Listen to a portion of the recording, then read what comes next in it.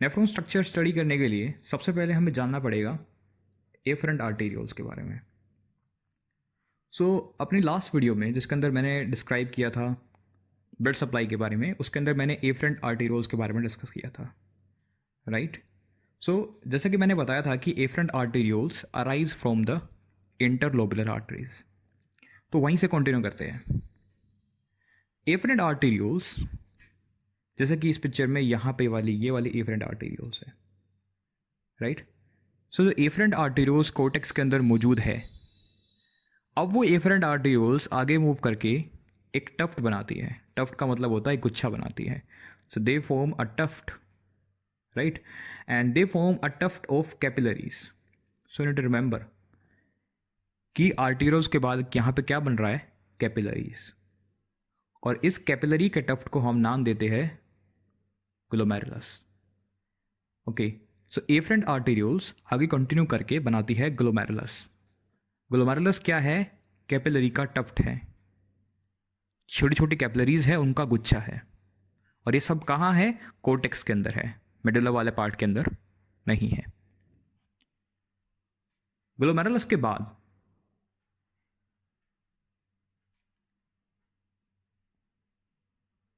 ये यहां से एग्जिट करती है एज एफरेंट आर्टेरियोल्स।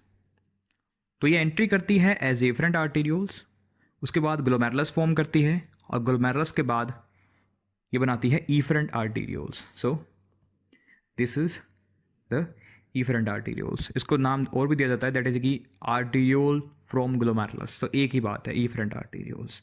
ओके, सो ये पाथवे याद रखना। सबसे पहले हमारे पास में आता है एफरेंट आर्टेरियोल्स, उसके बाद we have the glomerulus, then we have the efferent arterioles. और जो एक चीज़ यहाँ पे बड़ी इंपॉर्टेंट है ध्यान रखने के लिए, वो ये है कि ये जो ग्लोमेरुलस है, it is a capillary tuft. और इंटरेस्टिंग बात ये हो गई कि ये एक आर्टेरियोल है और ये एक आर्टेरियोल है। तो ग्लोमेरुलस एक ऐसी कैपिलरी का गुच्छा है जो दो आर्टेरियोल्स के बीच है। जनरली हम सीवीएस में स्टडी करते हैं, there are arterioles, then there meta arterioles, उसके बाद कैपिलरीज, राइट, फिर देयर वेन्यूल्स। लेकिन यहां पे क्या है, दो आर्टेरियोल के बीच में we have a capillary tuft, that is glomerulus. तो ये खास बात है, और इसकी वजह से दो आर्टेरियोल के बीच में होने की वजह से ग्लोमेरुलस के अंदर का जो प्रेशर है वो बहुत ज़्यादा हाई रहता है। Okay, so it has advantage कि ग्लोमेरुलस के अंदर हाई प्रेशर रहता है, जो फिल्ट्रेशन के काम को आसान बना देता है। कैसे बनाता है वो हम स्टडी करेंगे आने वाली वीडियोस के अंदर। नाउ, जब मैंने बताया ये ग्लोमेरुलस के बारे में, तो एक चीज़ जो बात नोट करने वाली है वो ये है कि ये ग्लोमेरुलस कोर्टेक्स के अंदर तो है, पर ये फ्री नहीं पड़ा कोर्टेक्स के अंदर। ये ग्लोमेरुलस भी किसी चीज़ से सराउंड होता है। अगर मोर प्रिसाइसली बात करूं तो ये जो तुम्हें स्ट्रक्चर दिख रहा है, दिस स्ट्रक्चर येलोइश, इस स्ट्रक्चर के अंदर एम्बेडेड होता है ग्लोमेरुलस, और इस स्ट्रक्चर को हम बोलते हैं Bowman capsule. So Bowman capsule surrounds the glomerulus. Okay, so Bowman capsule glomerulus को सराउंड करता है।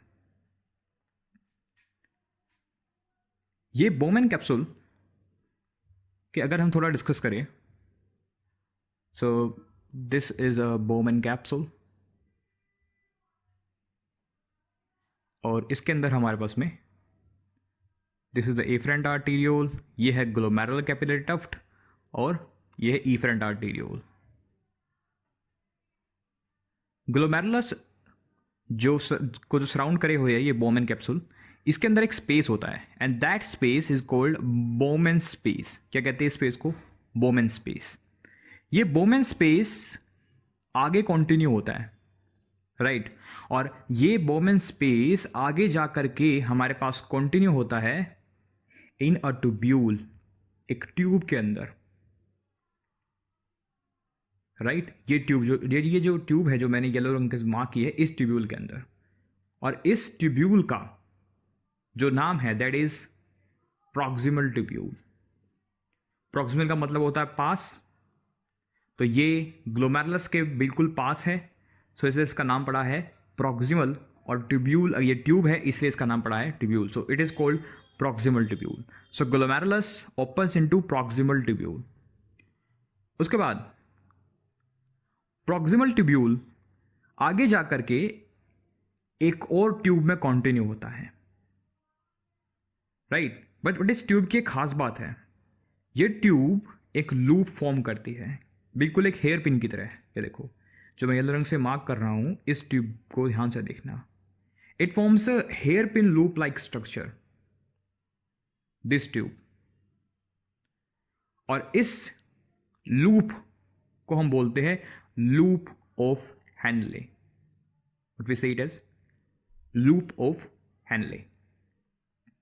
सो इसका मतलब ये हुआ कि Bowman's capsule opens into proximal tubule. Proximal tubules continue into the loop of Henle. Now loop of Henle एक another tubule के अंदर continue करता है। अब इसे ही continue करते हैं। So ये एक और ट्यूब के अंदर continue करता है, right? So जो मैं मार्क कर रहा हूं, और ये ट्यूब ग्लोमेरुलस से दूर है, ये कोई हेयर पिन लूप भी नहीं बना रही। इसे हम बोलते हैं distal tubule. So loop of Henley हमारे पास में डिस्टल ट्यूब्यूल के अंदर ओपन होता है, right. So we have a path कि बोमेन कैप्सूल के बाद प्रॉक्सिमल ट्यूब्यूल, प्रॉक्सिमल ट्यूब्यूल के बाद loop of Henley, loop of Henle के बाद डिस्टल ट्यूब्यूल, और फाइनली डिस्टल ट्यूब्यूल्स। कई सारे डिस्टल ट्यूब्यूल, ये एक नेफ्रॉन है, यहां से एक और नेफ्रॉन आएगा, उसकी डिस्टल ट्यूब्यूल, कई सारी डिस्टल ट्यूब्यूल, जैसे यहां पर लिखा रखा है फ्रॉम अनदर नेफ्रॉन। तो किसी और नेफ्रॉन से डिस्टल ट्यूब्यूल, कई सारी डिस्टल ट्यूब्यूल्स आ करके कलेक्टिवली एक बड़ी डक्ट में ओपन होती है। और ये डक्ट क्या कर रही है, इन डिस्टल ट्यूब्यूल से यूरिन को कलेक्ट कर रही है। तो इस ट्यूब्यूल को, इस डक्ट को हम बोलते हैं कलेक्टिंग डक्ट। सो ये जो डक्ट है, ये बड़ी सी duct, this is called collecting duct. यहाँ एक डिस्टल ट्यूब्यूल और आएगा, यहाँ एक डिस्टल ट्यूब्यूल और ओपन हो जाएगा, यहाँ एक और, इस तरीके से कई सारी डिस्टल ट्यूब्यूल्स कलेक्टिंग डक्ट में एक साथ ओपन होती है। Okay, so that is the structure. So ये नेफ्रॉन का एक स्ट्रक्चर है। अब हमारे पास में क्या होता है, जो नेफ्रॉन है वो दो टाइप्स के होते हैं, और इनकी दो टाइप्स का जो बेसिस है वो है इनकी लोकेशन और इनके कुछ कैरेक्टर्स। हमारे पास में पहला जो टाइप का नेफ्रॉन है वो है जक्स्टा मेडुलरी नेफ्रॉन्स। पहले इनके बारे में डिस्कस कर लेते हैं। जक्स्टा मेडुलरी नेफ्रॉन से कुछ कैरेक्टर्स हैं, जैसे कि एक कैरेक्टर है लूप ऑफ हेनले का लॉन्ग होना। So they have a long loop of Henle. Now पहले इस डायग्राम को समझते हैं आगे बढ़ने से पहले। So you need to imagine कि जो पार्ट अभी मैं रेक्टेंगल से बनाऊंगा वो सारा पार्ट मेडुला का है। सो ये जो रेक्टेंगल के अंदर हिस्सा है, जितना भी रेक्टेंगल के अंदर हिस्सा है, बड़े वाले रेक्टेंगल के अंदर, ये सारा पार्ट मेडुला का है, यानी कि मेडुलरी पिरामिड का है।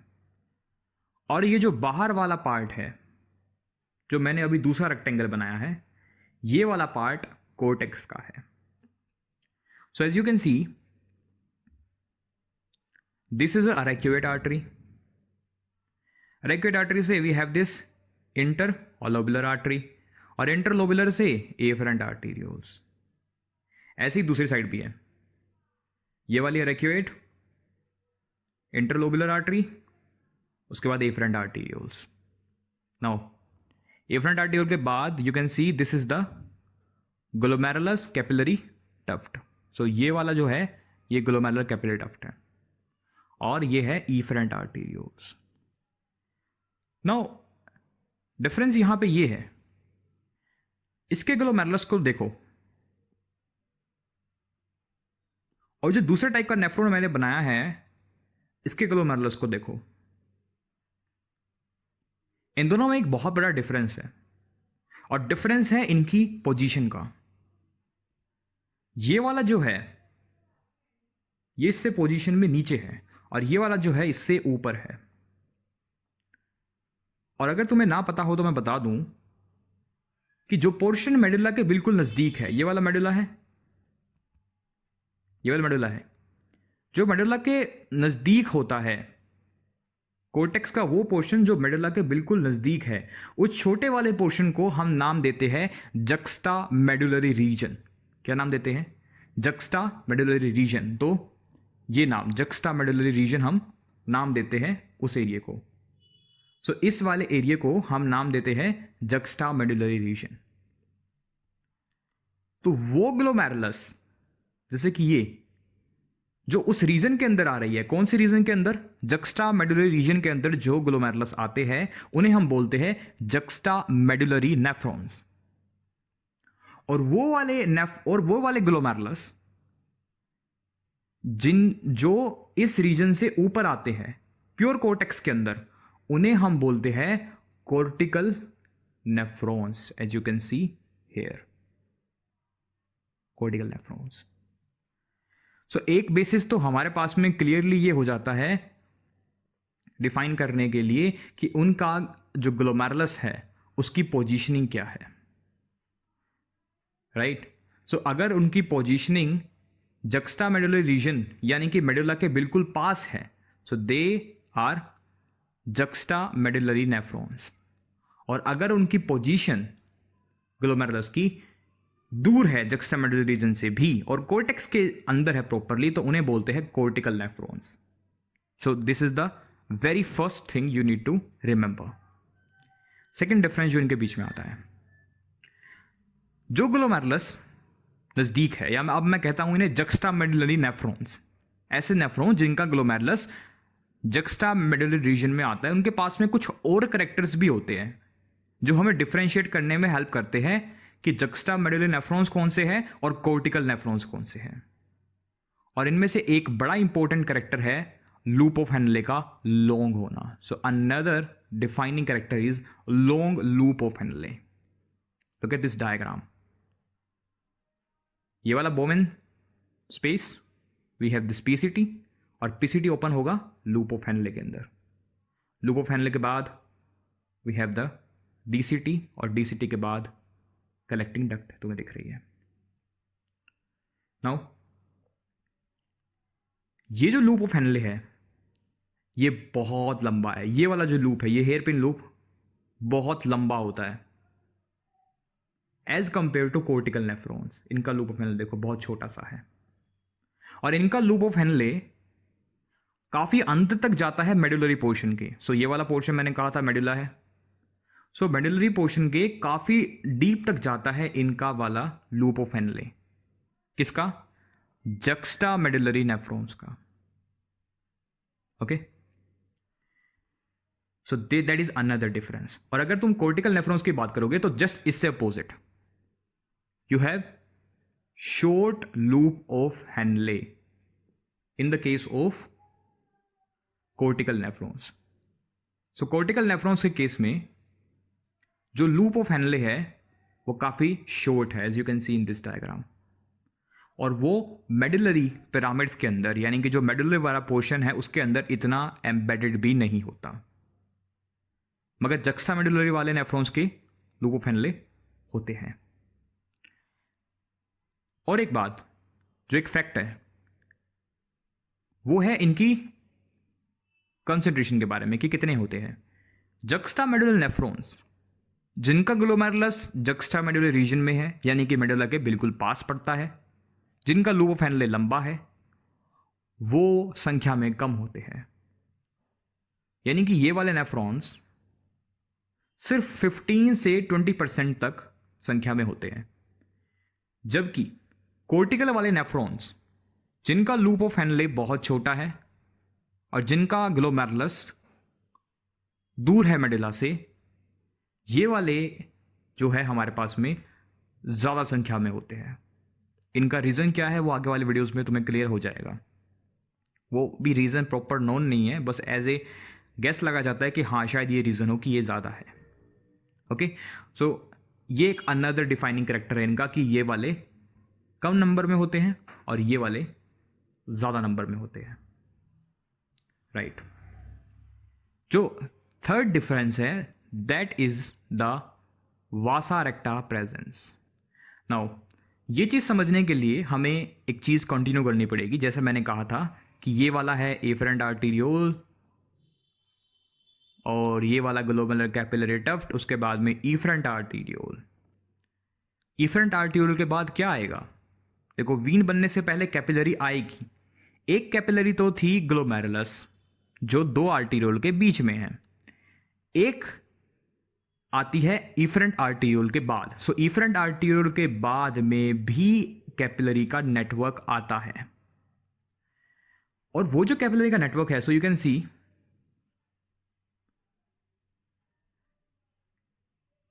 कि यहां पे इफरेंट आर्टीरियोल है। इफरेंट आर्टीरियोल ये देखो, ये कई सारी अपनी कैपिलरीज वाली ब्रांचेस में डिवाइड हो गया नीचे। ये तो तुम्हें येलो रंग से दिख रही है ना, ये कैपिलरीज की ब्रांचेस है। But there is a difference. इस कैपिलरी नेटवर्क में डिफरेंस है जक्स्टामेडुलरी नेफ्रॉन के अंदर भी और कॉर्टिकल नेफ्रॉन के अंदर भी। इनमें अंदर क्या मेजर डिफरेंस है वो तो हम प्रॉपरली डिस्कस करेंगे आने वाली वीडियो के अंदर। लेकिन जो यहां पे मेन चीज नोटिस करने की बात है वो ये है कि जक्स्टामेडुलरी नेफ्रॉन के अंदर ये जो कैपिलरीज है जो इफरेंट आर्टीरियोल के बाद बनी, उन्हें हम बोलते हैं वासा रेक्टा। क्या बोलते हैं? Vasa recta. So you can note the name here. Name is vasa recta. So यानी कि इन वाली कैपिलरी को हम क्या बोलते हैं? वासा रेक्टा। यहां पे इनका जो ल्यूमन है वो बहुत छोटा होता है एज कंपेयर टू जो कैपिलरीज कोर्टिकल के अंदर आती है। और जो कोर्टिकल के अंदर नेटवर्क बनता है, देखो ये वाली इफरेंट आर्टीरियोल्स के बाद यहां पे भी एक बहुत घना नेटवर्क है कैपिलरीज का, जो इन लूप ऑफ हेनले को और इन पीसीडीसीटी को सराउंड कर रहा है। और यहां पे जो कैपिलरीज है, किस केस में? कोर्टिकल वाले नेफ्रॉन के अंदर जो केस है, उस केस में हम इन कैपिलरीज को एक अलग नाम देते हैं। हम इन्हें बोलते हैं पेरी ट्यूबुलर कैपिलरीज। क्या बोलते हैं? Peri tubular capillaries. सो ये इनका नाम है, पेरी ट्यूबुलर कैपिलरीज। वहां पे था वासा रेक्टा, और कोर्टिकल नेफ्रॉन के केस में they are known as the peritubular capillaries. So एक डिफरेंस, डिफाइनिंग कैरेक्टर इनका यहां जाता है कि अगर जक्स्टामेडुलर नेफ्रॉन्स की बात करते हैं सो दे हैव वासा रेक्टा, यानी वासा रेक्टा प्रेजेंट होती है। और अगर कोर्टिकल नेफ्रॉन्स की बात करते हैं सो यू कैन से कि vasa recta is absent and peritubular capillary is present, right. और फाइनली इसके बाद ये वीन्स बनाती है, क्योंकि कैपिलरी आ गई उसके बाद वीन्स। तो यहाँ पे ये जो वीन है that is the interlobular when, उसके बाद अरेक्योइड वेन, और जैसे आर्टरी का नेटवर्क था वैसे ही वीनस नेटवर्क भी होता है। जस्ट ये एग्जिट कर जाएंगे। तो ये दो टाइप्स के नेफ्रॉन हमारे पास में बनते हैं। जक्स्टामेडुलरी जो कि कम संख्या में है पर इसका लूप ऑफ हेनले काफी लंबा है और डीप एम्बेड करता है मेडुलरी पोर्शन के अंदर। दूसरी तरफ कोर्टिकल नेफ्रॉन जिसका मेडुलरी पिरामिड के अंदर जो लूप ऑफ हेनले है वो ज्यादा डिप नहीं करता, लेकिन ये जो है पेरीट्यूबुलर कैपिलरीज को रखता है, जबकि जक्स्टामेडुलरी वासा रेक्टा को रखता है। Okay, now for final touches there is another thing that I want to tell you. Simple language में हम बोलते हैं कि nephron is nothing but collection of renal corpuscle plus renal tubule. तो renal corpuscle plus renal tubule. अब देखो, जो glomerulus है ये वाला और जो बोमेन कैप्सूल है, इन दोनों को collectively we call them as the renal corpuscle. So glomerulus plus Bowman capsule is renal corpuscle. और जो रीनल ट्यूब्यूल है वो है PCT plus DCT plus loop of Henle, and they are combinedly called as the renal tubule. So ये एक simple सी definition बन जाती है कि nephron is nothing but renal corpuscle plus renal tubule. और कॉर्पस्कल क्या है और रीनल ट्यूब्यूल क्या है? Okay, and let's revise the path. Afferent arteriole से ब्लड आएगा, ग्लोमेरुलर कैपिलरी के अंदर आएगा, ग्लोमेरुलस कैपिलरीज दो प्रकार की है, कोर्टिकल वन और जक्स्टामेडुलरी। उसके बाद ये इफरेंट आर्टीरियोल्स में जाएगा। इफरेंट आर्टीरियोल्स के बाद ये जाएगा वेसा रेक्टा के अंदर। कौन सा नेफ्रॉन हो गया अगर? जक्स्टामेडुलर नेफ्रॉन्स। ये जाएगा पेरीट्यूबुलर कैपिलरीज के अंदर अगर वो नेफ्रॉन कौन सा है? Cortical one. और फिर फाइनली ये वेस के अंदर जाके ड्रेन हो जाएगा। ओके सो और जो दूसरा नेटवर्क है वो ये है कि बोमन कैप्सूल के अंदर फिल्ट्रेशन होके आएगी, उसके बाद वो पीसीटी के अंदर आएगा, पीसीटी के बाद लूप ऑफ हेनले में, लूप ऑफ हेनले के बाद डीसीटी में, और डीसीटी के बाद कलेक्टिंग डक्ट के अंदर आएगा। लूप ऑफ हेनले के पास दो लिम्ब होते हैं। देखो ये चीज भी क्लियर कर लेते हैं। ये लिम्ब जो नीचे की तरफ मूव कर रहा है, पीसीटी से आ रहा है, इसे हम बोलते हैं डिसेंडिंग लिम्ब। ये वाला जो ऊपर असेंड करता है इसे बोलते हैं असेंडिंग लिम्ब। और असेंडिंग लिम्ब का जो सबसे ऊपर वाला पोर्शन है वो थोड़ा सा स्वोलन होता है, जैसे कि तुम्हें यहां पे दिख रहा है ये वाला पार्ट थोड़ा सा स्वोलन है, और ये मैंने जानबूझ के बनाया क्योंकि ये थोड़ा सा स्वोलन होता भी है। तो डीसीटी से जस्ट पहले वाला जो पोर्शन है ना ascending limb loop of Henle का, वो थोड़ा सा स्वोलन होता है। ये स्वोलन क्यों होता है ये भी आने वाले वीडियोस में क्लियर होगा, क्योंकि यहां पे कुछ स्पेशलाइज सेल्स होते हैं जिनका एक फीडबैक बनाने में काम होता है।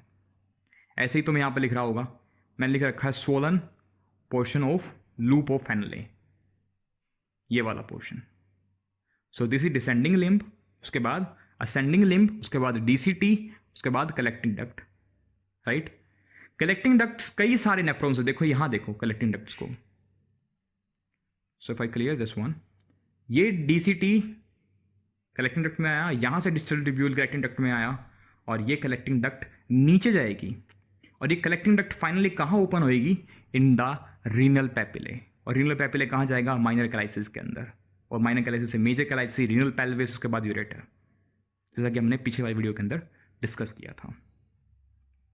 Okay so this is about the nephrons. I hope कि ये टॉपिक तुम्हें क्लियर हुआ हो।